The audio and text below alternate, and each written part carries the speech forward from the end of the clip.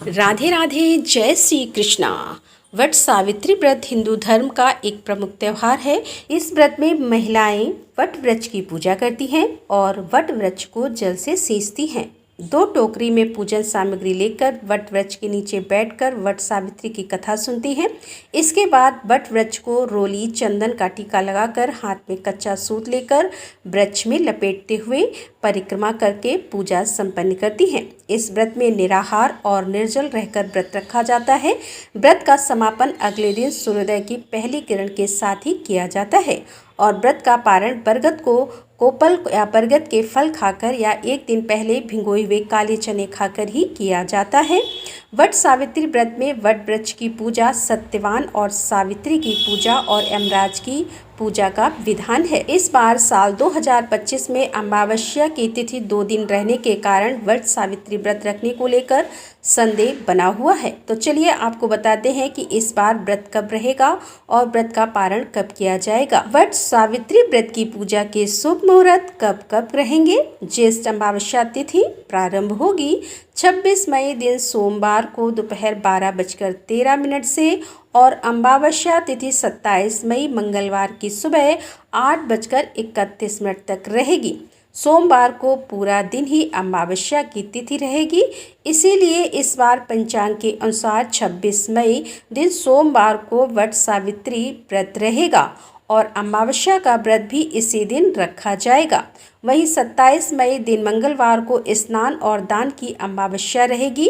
वट सावित्री व्रत की पूजा का प्रातःकाल पूजा मुहूर्त है सुबह 4:24 से लेकर 5:25 तक रहेगा और सायंकाल पूजा मुहूर्त रहेगा शाम 7:11 से 8:13 तक और दोपहर में भी वट सावित्री व्रत की पूजा की जाती है। दोपहर की पूजा का शुभ मुहूर्त दोपहर 2:36 से लेकर 3:31 तक रहेगा और गोधूली मुहूर्त शाम 7:10 से 7:31 तक रहेगा। 26 मई सोमवार को इस बार भरणी नक्षत्र सुबह 8:23 तक रहेगा और बाद में कृतिका नक्षत्र प्रारंभ हो जाएगा।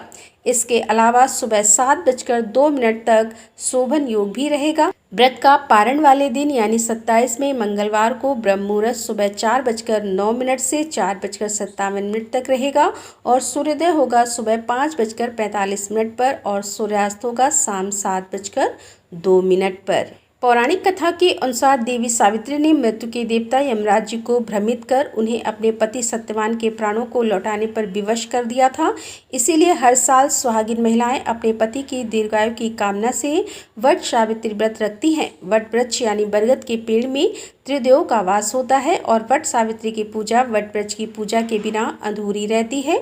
अगर आसपास वट वृक्ष ना हो तो एक दिन पहले वट वृक्ष की टहनी फलों सहित लाकर आप अपने घर में किसी गमले में रोपकर फिर वट सावित्री की पूजा अगले दिन विधि विधान से कर सकती हैं और परिक्रमा भी कर सकती हैं।